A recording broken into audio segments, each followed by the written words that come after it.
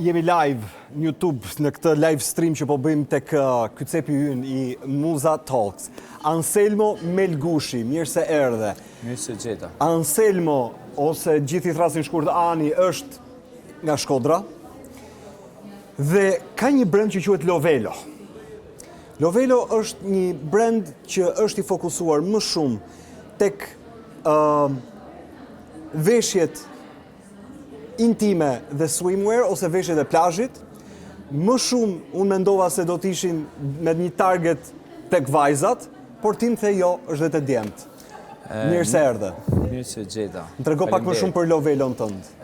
Lovelo ka ardhur si një rezultat pas një pune shumë të gjatë, më shumë se 30 vjeçare e familjes time që kemi krijuar një biznes për pjesën e brendeve të tjera, pra një biznes fason.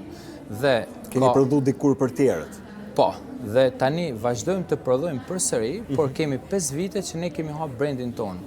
Dhe është në brendet e vetme në Shqipëri që neve jemi edhe dizenjator, edhe ofrojmë edhe copat, aksesorët, prerjet, çepet, gjitha i bëjmë vetë, pra për të kriju komplet produktin Made in Albania nga firma origjinale që ka qenë. Brendi jonë funksionon për të gjitha moshat dhe është fokusuar më shumë tek swimwear, sepse ajo ka qenë një mungesë në treg dhe kemi ofruar gjithmonë materiale dhe dizajne premium, të cilat nuk kanë qenë këtu, i kemi sjell shumë rësi, por kemi dhe produkte të tjera siç janë produktet intimo, produkte linoje, produkte sete të ndryshme pamukut, të cilat janë për gra, për goca dhe për çuna. Për djem. Jo, Ani, kam një pyetje. Çfarë ndodh kur sidomos tek kjo industri dhe tek ky segment, tek veshjet e plazhit, tek intimo etj, sidomos le të themi brendet që vijnë nga jashtë janë ata që saturojnë tregun, e mbushin. Për të kriju një emër, për të kriju treg, për të kriju klientel, sa vështirë është? Është shumë e vështirë sepse përpara duhet punohet me psikologjinë e njerëzve, që është më kryesorja. Vendi jonë është një vend i cili vlerëson më shumë punën që vjen nga jashtë, ndoshta edhe nga Kina apo një vend tjetër, thjesht mjafton të jetë një emër. Neve po mundohemi të konkurrojmë. Dhe ti e di sa ka? Ka shumë. Ti e di sa italianisima ka vërdall që natyrisht konkurrojnë në këtë gjë? Konkurrojnë. Kanë tregun e tyre. Neve po mundohemi që të krijojmë emrin tonë dhe të zëmë vendin tonë në tregun shqiptar, duke konkurruar me më shumë cilësi, sepse të gjitha çfarë po vinë me një emër, por po vinë pa një cilësi. Dhe prandaj kjo është pika forte e jonë, që cilësia. Kemi cilësinë dhe dizajnet e veçanta të cilat nuk i gjen askund në treg, as nga emrat e mëdhej, nuk i gjen, sepse neve jemi dizenjator që i bëjmë gjitha vetë. Ani, ndonjëherë kompanitë e vogla përpiqen që të ecin në ngjyrën e kompanive të mëdha. Ti e di, ndonjëherë kopjojnë dizajnet, ndonjëherë përpiqen të jenë të ngjashëm me ta. Dhe rrugën e kanë të shkurtër. Çfarë strategji afatgjatë keni menduar ju për Lovelon, që Lovelo të jetë brend i qëndrueshëm dhe në një moment gjithë investimin që po bëni t'ju kthehet në fitim, t'ju kthehet në emër që rri, që tregu nuk e përjashton?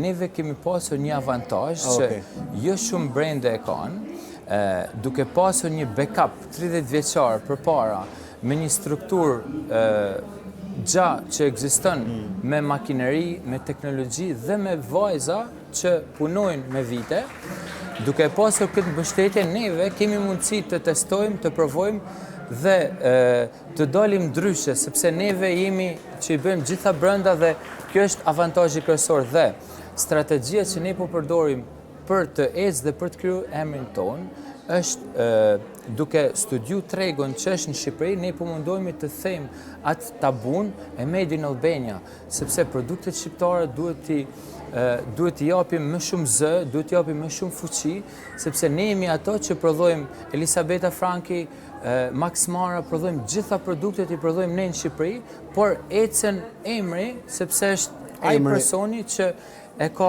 hapë përpara në përbot. Por ne jemi ato që i prodhojmë ato dhe për këtë arsye, neve pse mos jemi edhe ato që prodhojmë një brand tjetër, siç është Lovelo, që neve po e kurojmë me shumë dashuri dhe për këtë arsye ne themi që me mbështetjen dhe me eksperiencën që ne kemi do ecim shumë më përpara me këtë interes. Ka dy mënyra. Bizneset e reja përgjithsisht kur nuk kanë kapacitete për të hapur një dyqan, një flagship store etj, ecin me e-commerce. Shumë marketing online, ndërtojnë dyqanet e tyre online dhe pastaj fillojnë dhe lëvizin stokun e tyre. Në ç'formë keni zgjedhur ju të jeni tek konsumatori? Me dyqana apo jeni online? Neve jemi online, e kemi nisur online. Kemi 2 lokacione të cilat i hapim vetëm në verë, të cilat janë në plazhe. Pra bëjnë kështu pop-up store? Po, të cilat funksionojnë vetëm në vendet lokale të cilat ne kemi hapur. Por synimi është ne të hapim edhe një dyqan fizik në Tiranë, sepse realisht edhe nga pjesa online është tregu më i madh dhe më i fuqishëm që ne po na thith atë produktin ton, por neve me webin, me faqen online që kemi, jemi të hapur edhe në Europë dhe në Amerikë dhe në Kanada dhe kemi shitje nga e gjithë bota aktualisht. Dhe furnizojmë... Unë mendoj që ju bëni marketing agresiv. Nuk kemi bërë marketing agresiv, por rrjeti dhe njohjet që kemi pas ne e kanë hap një çik pjesën e emrit dhe njerëzit duke kriju një besueshmëri dhe nga eksperjenca jonë 30 vjeçare që kemi në pjesën e çepjes, ato besojnë tek produkti jonë pa e prek dhe prandaj kemi pas këto aksese, por synimi është që ne të bëhemi që të shkojmë në një treg global. Okej, Ani, dëgjoj, unë ndonjëherë mendoj pjesa më e madhe e një klientëve kur janë një herë të kënaqur është e sigurt që janë klientë që kthehen. Dhe unë do vi të shoh stendën, do vi të shoh materialet.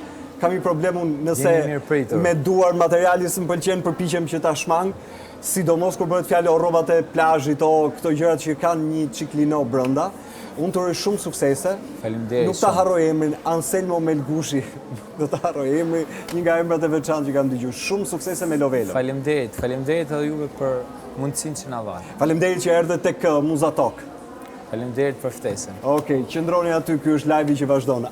Faleminderit.